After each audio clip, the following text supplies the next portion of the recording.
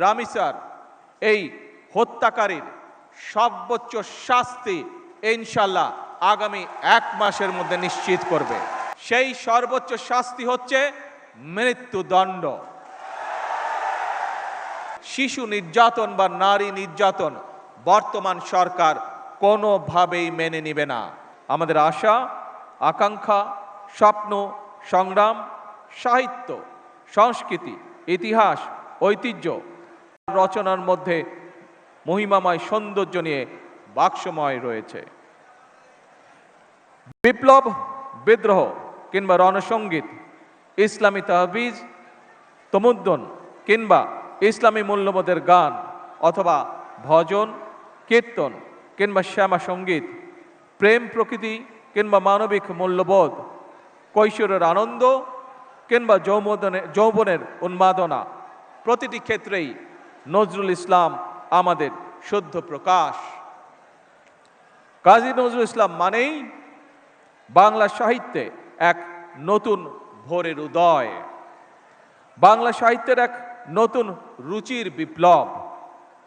তিনিই কবিতায় এনেছেন যুদ্ধের গর্জন, কণ্ঠে তুলে নিয়েছেন রাষ্ট্রীয় এবং আত্মিক স্বাধীনতার বজ্র নিদাত। তিনি ছিলেন নারী অধিকারী, মেহনতি মানুষের কল্যাণ আর অসাম্প্রদায়িক বিশ্ব মানবতার এক অনন্য ফেরিওয়ালা। এই মহাকবি বাংলাদেশের আবহমান কালের সংস্কৃতির চিরযৌবনের প্রতীক। আমাদের হৃদয় জাগরুক হয়ে আছেন, ইনশাল্লাহ থাকবেন। সম্মানিত উপস্থিতিবৃন্দ, দীর্ঘদিনের ফ্যাসিবাদী শাসন শুধুমাত্র দেশের মানুষের অধিকার আর দেশের অর্থ সম্পত্তি লুট করেনি, বিচার বিভাগ সহ দেশের সমস্ত প্রতিষ্ঠানগুলোকে ধ্বংস করে দিয়েছে।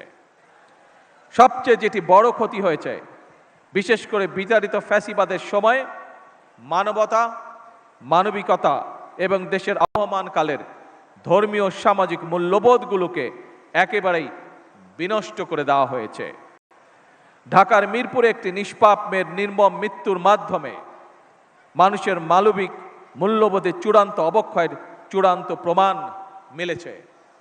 প্রিয় উপস্থিতিবৃন্দ, প্রিয় ভাই বোনেরা, এ বিষয়ে একটি কথা আজকের এই অনুষ্ঠানে আমি পরিষ্কারভাবে আপনাদের সামনে তুলে ধরতে চাই।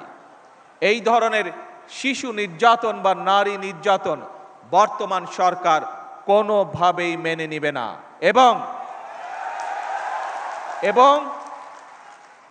বর্তমান সরকার রামিসার এই হত্যাকারীর সর্বোচ্চ শাস্তি ইনশাল্লাহ আগামী 1 মাসের মধ্যে নিশ্চিত করবে এবং সেই সর্বোচ্চ শাস্তি হচ্ছে মৃত্যুদণ্ড,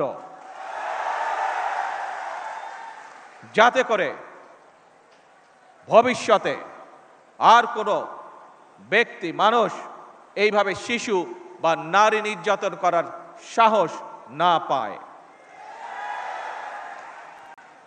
উপস্থিত সম্মানিত সকল উপস্থিতিবৃন্দ, একটি নিরাপদ মানবিক রাষ্ট্র এবং সমাজ প্রতিষ্ঠা করতে হলে আমাদেরকে আইনের শাসন প্রতিষ্ঠা করতেই হবে। রাজনৈতিক সংস্কৃতির পরিবর্তন ঘটাতে হবে। একই সঙ্গে আমাদের জাতীয় জীবনে পুনরায় বাংলাদেশের আবহমান কালের ধর্মীয়, সামাজিক, সাংস্কৃতিক মূল্যবোধের পুনর্জীবন ঘটাতে হবে। এক্ষেত্রেও কবি কাজী নজরুল ইসলামের জীবন এবং কর্ম আমাদের জন্য প্রাসঙ্গিক। সম্মানিত সুধীবৃন্দ, কবি নজরুলের জীবন এবং কর্ম বিশ্ব সাহিত্য দরবারে আরও বেশি ছড়িয়ে দেওয়া প্রয়োজন। নজরুল স্মৃতি হিসাবে ঘোষণা করা যায় কিনা এর ব্যাপারে সম্ভাব্যতা